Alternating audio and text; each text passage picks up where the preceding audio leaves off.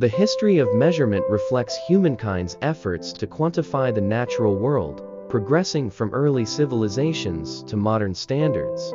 In 1883, physicist Lord Kelvin famously stated, "If you cannot measure it, then it is not science," emphasizing the fundamental role of measurement in scientific inquiry. Ancient civilizations like the Babylonians, Egyptians, Romans, and Vikings used units based on natural or human scales, often resulting in inconsistent standards. Egyptians measured length in cubits, the length of a forearm from elbow to fingertip, which varied widely.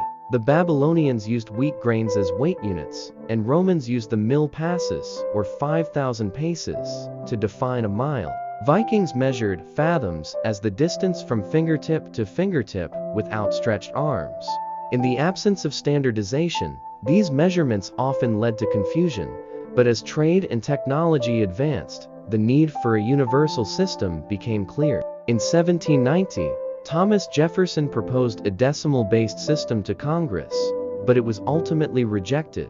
France, however, pursued the metric system during the Revolution to promote equality and consistency. The National Assembly defined 1 meter as 1/10,000th of the distance from the North Pole to the equator along the Dunkirk-Barcelona meridian, marking the beginning of the metric system.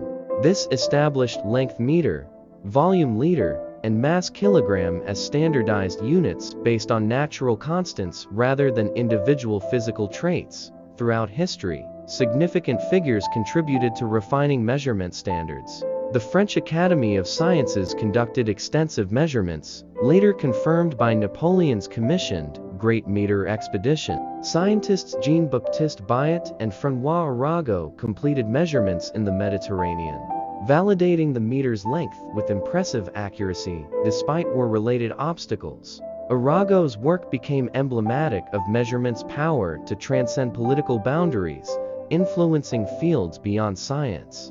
The transition to the metric system culminated with the 1884 agreement to adopt the Greenwich meridian as the prime meridian, creating a unified global framework. This decision acknowledged that standardized measurements are vital for scientific collaboration, international trade, and diplomacy. Today, units such as meters, kilograms, and seconds serve as universal standards, underscoring a profound shift from early individualized measures to precision standards crucial for global cohesion. In essence, the evolution of measurement represents a journey from subjective human scales to objective, universally accepted standards, essential for scientific progress and societal unity.